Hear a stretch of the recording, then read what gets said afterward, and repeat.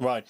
Now, when we talk about what is also being said as the ACC was reviewing the first quarter, we understand that 20 arrests were, affected at the close of the quarter, while over 1,000 cases of corruption were under investigation. And now, we're even hearing the Anti-Corruption Commission talking about over 100 bank accounts belonging to Ministry of Finance officials have been, have been frozen.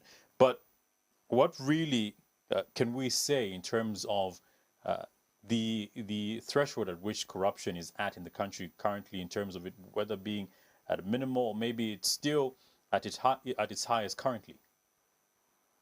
Well, I think that the corruption situation in Zambia really remains one of concern. It is clear that corruption, remains a development challenge. It remains a governance challenge, an economic challenge, and even a social challenge, as a matter of fact. And when you look at, what has been happening in the recent past, whether it's, the Sugar Light mining issue, or whether it's the Minister of Finance saga, I think all these attest to the fact that we still have a very big problem when it comes to the corruption situation, and we really cannot afford to rest on our laurels. We need to continually put in interventions that are going to address the situation. But Justin, also just to relate this to, if you look at the 2022 Corruption Perception Index that we released just this year, and even when you compare it with the Zambia Bribe Payers Index report, which again we launched very recently, both point to the fact that corruption remains a very big issue in Zambia, and so we really cannot afford to slacken in terms of our efforts and our interventions to address the issue. I mean, the issue of the government securities that have been frozen by Ministry of Finance or for Ministry of Finance officials, again, really points to the fact that we do have a very big problem when it comes to corruption.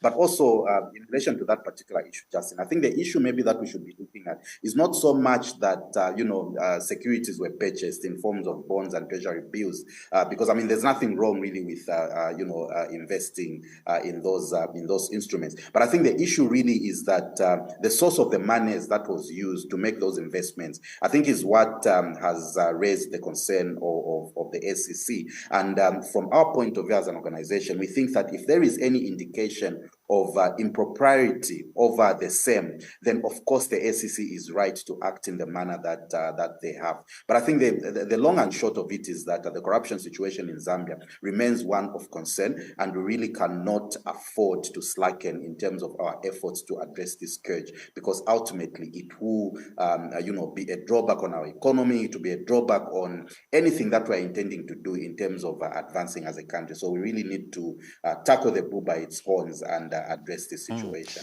And let's still talk about the Zambia Bribes Pairs Index report that you recently released. And one of the institutions, in fact, I think that topped the list, the Zambia Police, if my memory serves me right, they did give us feedback with regards to, what was coming off of this list. And from them, they believe otherwise regarding what was projected from, this report. And in fact, they refuted having to, be part of that particular topping of the list. But how really does the Transparency International Zambia go about having to give this report? Because they believe that they did mention, in fact, the Zambia police themselves, that you did not get in touch with them regarding what is currently happening within this this department itself. But just maybe if you could highlight to us how you come up with this particular list, very briefly, if you can. Well, thank you so much. I think there were a lot of issues that arose when it came to the reaction of the Zambia Police Service, and I think it's unfortunate that they responded in the manner that they did.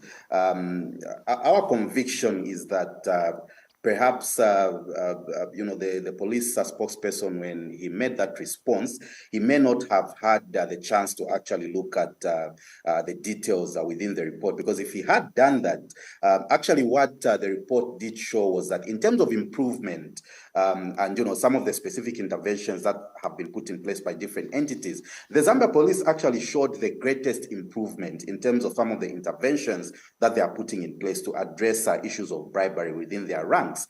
But having said that, that improvement that they showed was not enough really for them to, or for it to affect their overall ranking in terms of the likelihood of bribe seeking as well as a bribe paying behavior happening within the service. And I think that's the misconception which has been put. And so it is important that even as people begin to relate with the findings of the ZBPI, it is important that you get into the details of what the results actually show, because it will actually give you a lot more context and a lot more scope in terms of what you are able to look at. But also coming to the first part of your question, Justin, I think the first point to note is that the ZBPI is not something that TIZ does alone. So we're not just sitting in a corner and beginning to do these rankings of these different entities.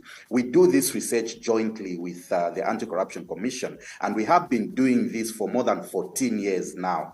And so what the ZBPI tries to ascertain, or what it tries to measure, it measures the likelihood of bribe seeking and bribe-paying behavior happening within government institutions. So it's really the likelihood of somebody paying a bribe, whether it's to the Zambia Police Service, whether it's to the Road Traffic and Safety Agency, or any other public entity. But in terms of this particular one, we had an added element to it in that we decided to anchor it around a particular theme. And this theme was the issue of public procurement. Because when we look back over the last few years, many of the corruption scandals, the corruption problems that we have had have actually stemmed from, public procurement. And so the 2022 ZBPI was focused and premised on public procurement.